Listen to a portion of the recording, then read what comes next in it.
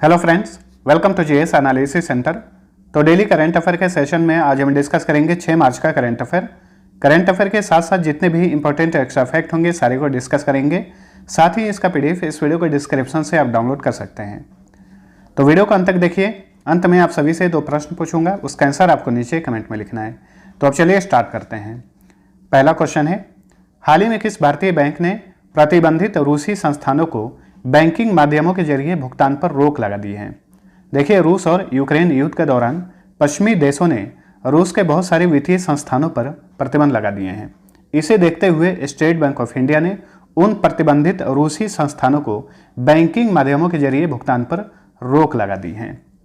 तो state bank of India ने घोषणा की है कि अमेरिका, यूरोपीय संघ या संयुक्त राष्ट्र की प्रतिबंधित सूची में शामिल रूसी संस्थाओं, बैंकों, बंदरगाहों या जहाज़ों के साथ किसी भी तरह का कोई लेन देन बैंकिंग माध्यम से नहीं किया जाएगा। ठीक है। और स्टेट बैंक ऑफ इंडिया जो है रूस के मॉस्को में कमर्शियल इंडो बैंक नाम से एक संयुक्त बैंकिंग प्रणाली संचालित करता है। एसबीआई ये भारत का सबसे बड़ा सार्वजनिक क्षेत्र का बैंक है। इसकी स्थापना की गई थी 1 जुलाई 1955 को। मुख्यालय मुंबई में है। एसबीआई के वर्तमान में चेयरमैन है दिनेश कुमार खारा। एसबीआई के बहुत सारे टैग लाइन है, याद रखिएगा। Pure banking, nothing else, with you all the way, the nation banks on us, a bank to the common man, a banker to every Indian. ये सारे एसबीआई के टैग लाइन है। चलिए अगला क्वेश्चन है, भारतीय थल सेना के पूर्व प्रमुख जिनका 4 मार्च 2022 को निधन हो गया। भारतीय थल सेना यानी इंडियन आर्मी। तो इंडियन आर्मी के पूर्व प्रमुख थे, पूर्व चीफ थे सुनीत फ्रांसिस रोड्रिग्स। इनका हाल ही में 4 मार्च को 88 साल की उम्र में निधन हो गया है। ठीक है। सुनीत फ्रांसिस रोड्रिग्स ने 1990 से 1993 के बीच भारतीय थल सेना का नेतृत्व किया था। इसके अलावा उन्होंने 2004 से 2010 के बीच पंजाब के राज्यपाल के रूप में भी काम किया। तो ये पंजाब के पूर्व राज्यपाल और भारतीय सेना के पूर्व प्रमुख थे सुनीत फ्रांसिस रोड्रिग्स। इनका हाल ही में 88 साल की उम्र में निधन हो गया है। अब देखिए, भारतीय सेना का बात किए हैं तो भारतीय सेना से रिलेटेड जो टॉप करंट अफेयर बने हैं इन्हें भी याद रखिएगा। भारतीय सेना द्वारा मध्य प्रदेश के महू में एक क्वांटम प्रयोगशाला स्थापित किया गया है। भारतीय सेना ने एक वेब आधारित मैसेजिंग ऐप लॉन्च किया है, इसका नाम है एसिग्मा। एसिग्मा का फुल फॉर्म होता है army secure indigenous messaging application. इसके पहले इंडियन आर्मी ने एक व्हाट्सएप जैसा ही ऐप लॉन्च किया था, इसका नाम था साई, और साई का फुल फॉर्म होता है secure application for the internet. ठीक है। भारतीय सेना का पहला green solar energy harnessing plant Sikkim में स्थापित किया गया है। भारतीय सेना की स्थापना की गई थी 26 फरवरी 1950 को। भारतीय सेना दिवस हर साल 15 जनवरी को मनाया जाता है। मुख्यालय नई दिल्ली में है। इंडियन आर्मी के वर्तमान में चीफ हैं मनोज मुकुंद नरवणे। ये वर्तमान में चीफ ऑफ स्टाफ कमेटी के चेयरमैन भी हैं। Vice chief of army staff हैं लेफ्टिनेंट जनरल मनोज पांडे। भारतीय सेना का आदर्श वाक्य है सर्विस बिफोर सेल्फ। और ध्यान रखिएगा, के.एम. करियप्पा ये इंडियन आर्मी के प्रथम भारतीय प्रमुख थे। चलिए अगला क्वेश्चन है, 4 से 5 मार्च के बीच स्टडी इन इंडिया मीट 2022 का आयोजन कहां पर किया गया? तो देखिए, हाल ही में 4 से 5 मार्च के बीच में स्टडी इन इंडिया बैठक का आयोजन किया गया बांग्लादेश की कैपिटल ढाका में। तो ऑप्शन सी राइट आंसर। इस बैठक का उद्देश्य अधिक से अधिक विदेशी छात्रों को भारत में अध्ययन के लिए आकर्षित करना है। ठीक है, यानी अधिक से अधिक विदेशी छात्र भारत में पढ़ने के लिए आए। इसी वजह से स्टडी इन इंडिया मीट का आयोजन किया जाता है। 2022 की इस बैठक का आयोजन किया गया बांग्लादेश की कैपिटल ढाका में। ढाका में एक संगठन का मुख्यालय भी है।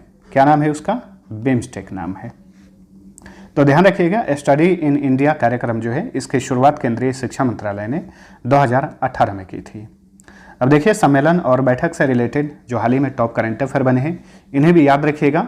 हाल ही में ओशंस 2022 सम्मेलन और प्रदर्शनी का आयोजन किया गया चेन्नई में।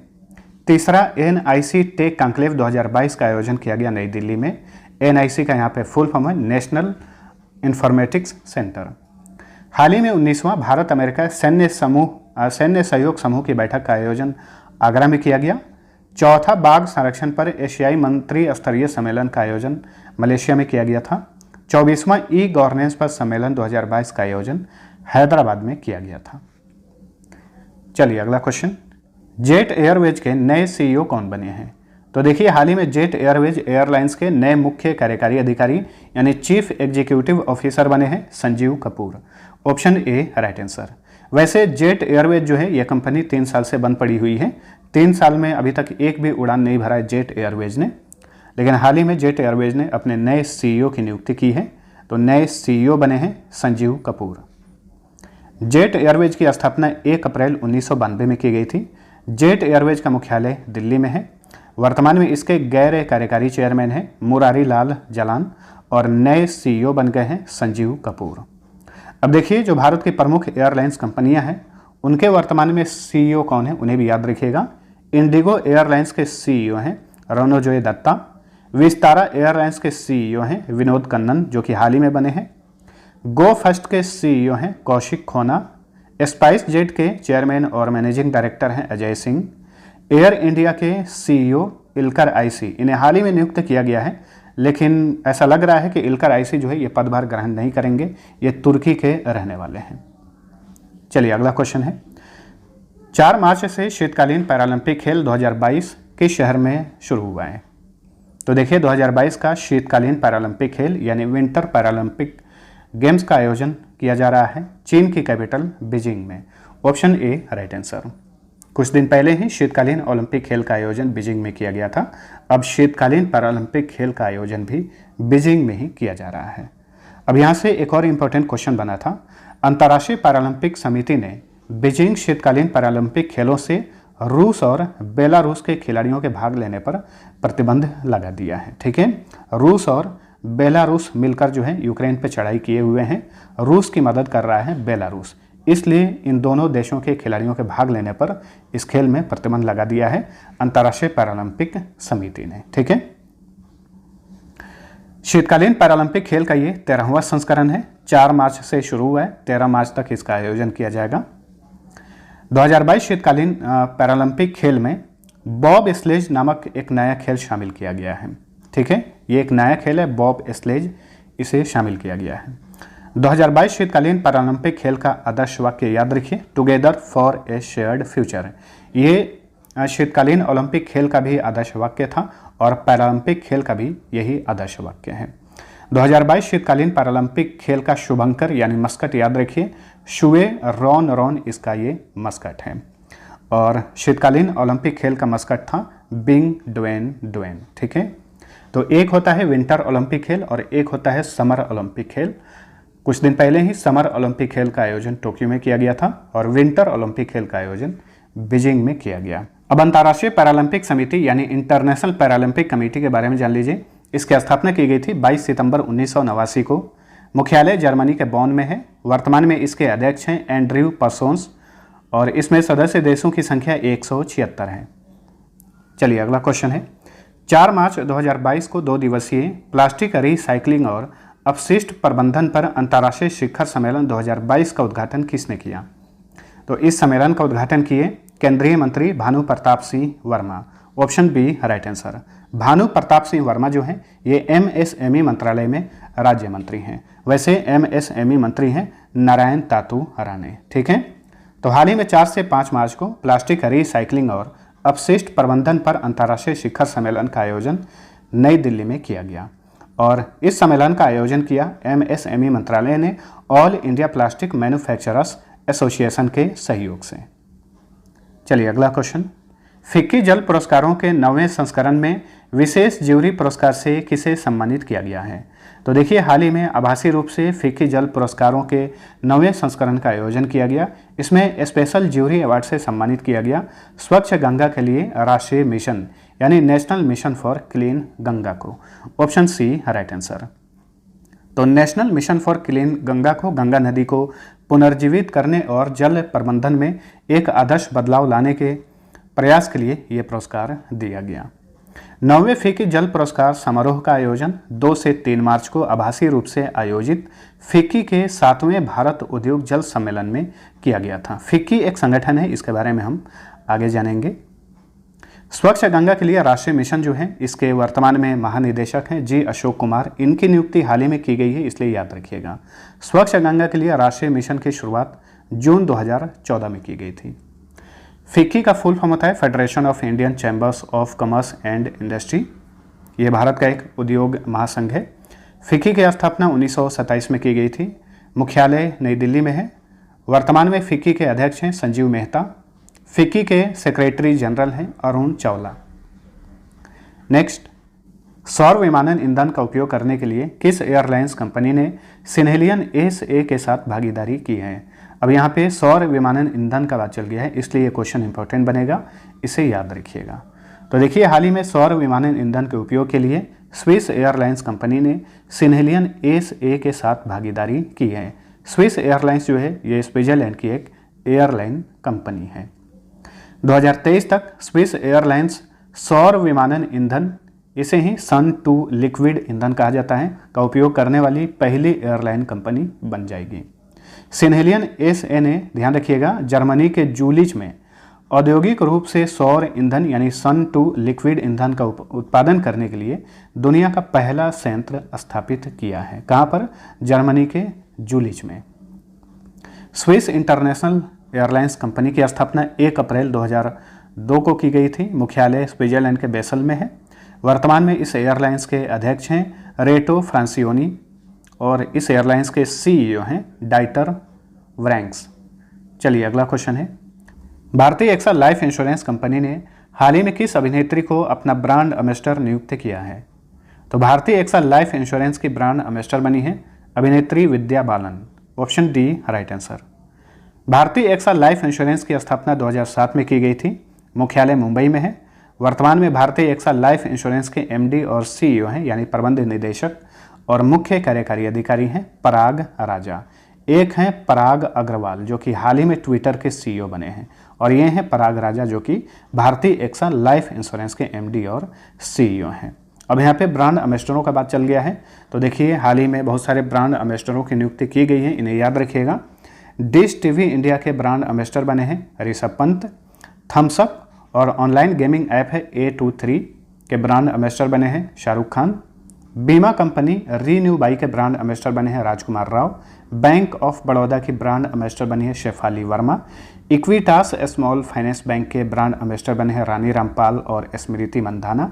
अमृतांजन हेल्थ केयर ने अपना ब्रांड एम्बेसडर बनाया है मीराबाई चानू और बजरंग पुनिया को। कोइन DCX, एमवे इंडिया और मेडीबडी के ब्रांड एम्बेसडर बने हाल ही में अमिताभ बच्चन। कोइन स्विच कुबेर के ब्रांड एम्बेसडर रणवीर सिंह हैं। टाटा AIA लाइफ इंश्योरेंस और गुड डॉट ने अपना ब्रांड एम्बेसडर बनाया है गोल्डन बॉय नीरज चोपड़ा को। अरुणाचल प्रदेश के ब्रांड एम्बेसडर बने संजय दत्त। उत्तराखंड की सरकार ने हाल ही में अक्षय कुमार और ऋषभ पंत को अपना ब्रांड एम्बेसडर बनाया है। एग्रीटेक ऐप है कृषि नेटवर्क, इसके ब्रांड एम्बेसडर बने हैं अभिनेता पंकज त्रिपाठी। विश्व मोटापा दिवस 2022 का विषय क्या है? तो देखिए, हर साल 4 मार्च को विश्व मोटापा दिवस मनाया जाता है। 2022 का थीम है everybody needs to act. Option A right answer. तो ये 2022 का थीम है। पिछले साल का थीम क्या था उसे भी याद रखिएगा। इस दिवस का पिछले साल का थीम था एवरीबॉडी नीड्स एवरीबॉडी, और 2022 का थीम है एवरीबॉडी नीड्स टू एक्ट। अब देखिए, इस मार्च माह में जितने भी इंपॉर्टेंट दिवस अभी तक मनाए गए हैं, थीम के साथ फटाफट रिवीजन कर लीजिए। 1 मार्च को शून्य भेदभाव दिवस मनाया जाता है, थीम भी आप देखते चलिएगा। 1 मार्च को ही विश्व नागरिक सुरक्षा दिवस मनाया जाता है। 3 मार्च को विश्व वन्य जीव दिवस मनाया जाता है। 3 मार्च को ही विश्व श्रवण दिवस भी मनाया जाता है। 4 मार्च को राष्ट्रीय सुरक्षा दिवस मनाया जाता है और 4 मार्च को ही विश्व मोटापा दिवस भी मनाया जाता है। तो फ्रेंड्स, ये था हमारा आज का करंट अफेयर। वीडियो पसंद आया है तो लाइक और शेयर जरूर करना। अब डेली की तरह लास्ट क्लास का क्विक रिवीजन कर लीजिए। पहला क्वेश्चन है, ऑक्सफोर्ड इकोनॉमिक्स के अनुसार भारतीय यूट्यूबर्स ने वीडियो के जरिए 2020 में भारतीय अर्थव्यवस्था में कितने करोड़ रुपए का योगदान दिया? 6,800 करोड़ रुपए। 100 टेस्ट मैच खेलने वाले भारत के 12वें खिलाड़ी कौन बने हैं? विराट कोहली हैं। शाहिद अफरीदी को पीछे छोड़कर T20 इंटरनेशनल क्रिकेट में सबसे अधिक डॉट बॉल फेंकने का रिकॉर्ड किसने बनाया है? बांग्लादेश के शाकिबुल हसन ने। घटते ऊँटों की आबादी को देखते हुए किस राज्य सरकार ने 2022-23 के बजट में ऊँट संरक्षण और विकास नीति लॉन्च किया है? राजस्थान ने। IIT रुड़की द्वारा निम्न में से किसे गंगा पुनरुद्धार पुरस्कार 2021 से सम्मानित किया गया है? राजीव रंजन मिश्रा को। ये national mission for clean Ganga के पूर्व महानिदेशक हैं। राष्ट्रीय सुरक्षा दिवस किस दिन मनाया जाता है? 4 मार्च को। विश्व के बेहतरीन स्पिनरों में शुमार ऑस्ट्रेलिया के किस दिग्गज क्रिकेटर का 4 मार्च 2022 को निधन हो गया? Shane Warne. हाल ही में किस राज्य की सरकार ने मन्नार की खाड़ी, पाक खाड़ी में डुगोंग के लिए भारत का पहला संरक्षण रिजर्व स्थापित करने का निर्णय लिया है? तमिलनाडु की सरकार ने। ठीक है, डुगोंग को सी काऊ भी कहा जाता है। अब देखिएगा, ये शेन वॉर्न का जो निधन हुआ है, किस देश में इनका निधन हुआ है ये भी याद रखिएगा। इनका निधन हुआ है थाईलैंड में। वैसे ये ऑस्ट्रेलियाई क्रिकेटर थे। हाल ही में सुर्खियों में रहा जपोरिजिया परमाणु ऊर्जा संयंत्र किस देश में स्थित है? जपोरिजिया परमाणु ऊर्जा संयंत्र जो है ये यूरोप का सबसे बड़ा परमाणु ऊर्जा संयंत्र है। सुर्खियों में इसलिए रहा है क्योंकि रूस ने इस पर कब्जा कर लिया है। ये यूक्रेन में स्थित है। आरबीआई के महाराष्ट्र के सांगली में स्थित किस सहकारी बैंक का लाइसेंस रद्द कर दिया गया है? तो ये है सर्जेरो दादा नाइक शिराला सहकारी बैंक। हाल ही में भारत में पहली बार ओशंस 2022 सम्मेलन और प्रदर्शनी कहां पर आयोजित किया गया? चेन्नई में। पहली बार इस सम्मेलन का आयोजन भारत में किया गया था। हाल ही में जारी सतत विकास सूचकांक यानी सस्टेनेबल डेवलपमेंट इंडेक्स 2021 में भारत किस स्थान पर है? भारत 2021 वाले इंडेक्स में 120वें स्थान पर है। ये इंडेक्स हाल ही में जारी किया गया है। वहीं 2020 के लिए जो जारी किया गया था उसमें भारत 117वें स्थान पर था। अब लास्ट क्विज का आंसर जान लीजिए। पहला क्वेश्चन था पेट्रोलियम निर्यातक देशों के संगठन का मुख्यालय कहां पर स्थित है? इसका सही उत्तर था ऑप्शन डी, वियना में है। इसका आंसर मैक्सिमम लोगों ने सही दिया था। दूसरा क्वेश्चन था वह काल्पनिक रेखा जो पृथ्वी को 2 भागों में बांटती है क्या कहलाती है? इस क्वेश्चन में सारे लोग फंस गए थे। सही उत्तर था ऑप्शन डी, उपर्युक्त सभी। ठीक है, आप सभी लोगों को पता है कि जो पृथ्वी के बीच भाग में जो एक काल्पनिक रेखा गुजरती है उसे भूमध्य रेखा बोलते हैं। और भूमध्य रेखा को ही कभी कभार मध्याह्न रेखा या फिर यमयोत्तर रेखा भी कहा जाता है। ठीक है, अब चलिए आज का पहला क्वेश्चन है नील नदी कहां से निकलती है? दूसरा क्वेश्चन है मलक्का जल संधि यानी मलक्का स्ट्रेट निम्न में से किसे जोड़ती है? दोनों क्वेश्चन का आंसर नीचे कमेंट करके बताइए। मिलते हैं अगले वीडियो में, तब तक के लिए टेक केयर।